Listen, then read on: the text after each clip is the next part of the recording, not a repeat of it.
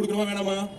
அதனால பொதுச்செயலாளர் அண்டையும் எங்களுடைய தலைவர் அண்ணன் கிட்டையும் ஒரு பர்மிஷன் வாங்கிட்டு திருப்பியும் திமுகவுக்கு ஒரு பதிலடி கொடுப்போம். நான் திருப்பியும் சொல்லிட்டு அமைச்சரா வரல, தமிழக வெற்றி கழகத்தோட தொண்டரா வந்திருக்கேன். தொண்டனுக்கு பேசுறதுக்கு உரிமை இருக்கா இல்லையா? இருக்கா இல்லையா? இருக்கு. ஓகே. அப்ப ஒரு தொண்டன் என்ன நினைக்கணும் பேசுற இடத்துல நம்ம இருக்கோம். அப்ப இந்த வெற்றி ஏன் வரலாற்று ரீதியாக இருக்கிறது? அதுல வந்து திரு மு.க. ஸ்டாலின் அவர்கள் சொல்றாரு, இளவரசர் உதயநிதி அவர்கள் சொல்றாரு, அதுல மு.க. ஸ்டாலின் அவர்கள் இன்னும் சொல்றாரு, கவர்ச்சினால இந்த வெற்றி அடைஞ்சிருச்சு. அந்த கவர்ச்சி தானே வேணும்னு சொல்லிட்டு உங்களுடைய மகன் உதயநிதி சினிமா காமிச்சிங்க.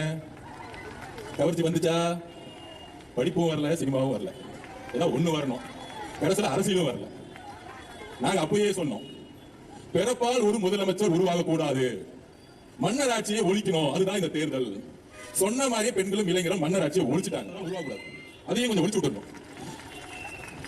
ஜெயிச்சு முடிச்ச ஒரு 59 ஜெயிச்சுட்டு எதிர்கட்சி தலைவரா ஆக்கிட்டாங்க அவங்க அப்பா. திருந்தவே திருந்தா திமுக சட்டமன்றத்துக்கு வரவே வராத போன தாட்டி இருந்த துணை முதலமைச்சர் எதிர்கட்சி தலைவர். ஏன் தெரியுமா? எதிர்கட்சி தலைவர்னா கேபினெட் ரேங்க், கவர்மெண்ட் வீடு கொடுத்துருவோம், கார் கொடுத்துருவோம், எல்லாம் ஒரு பேர் கிடைச்சிடும். வாங்க சட்டசபைக்கு வாங்க, வெயிட் பண்றோம். நீங்க என்ன பேசுறீங்க நாங்களும் பார்க்கறோம்.